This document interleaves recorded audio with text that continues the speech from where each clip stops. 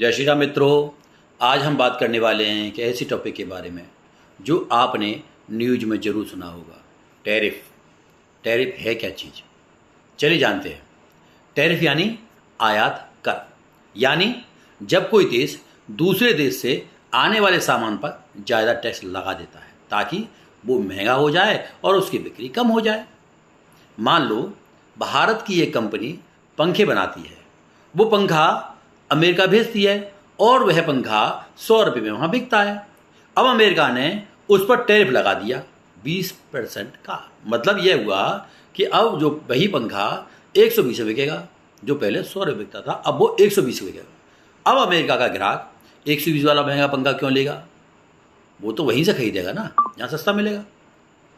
ठीक है, तो इसका नुकसान भारत को होगा, नुकसान हुआ हमारे कारखाने को, नुकसान हुआ हमारे कामगार को और नुकसान हुआ हमारे व्यापारियों को। इसका सीधा मतलब है कि अमेरिका ने हमारे सामानों पर ज़्यादा टैक्स लगाया ताकि भारतीय सामान वहाँ बिक ना सके, और यह ट्रेड वार मतलब कि व्यापारिक अवरोध की तरह है। इसका मतलब अमेरिका ये चाहता है कि हम आगे ना बढ़ें। ठीक है, और इसीलिए उसने टैरिफ लगाया कि हमारा सामान उनके देश में या उनके मिलने वाले देशों में ना बिक पाए। हमारे निर्यात को इससे झटका लगा, उद्योगों में मंदी का खतरा बढ़ा, रोजगार घट सकता है हमारा, विदेशी कमाई में गिरावट आ सकती है। लेकिन अब सुनो, भारत क्या कर सकता है।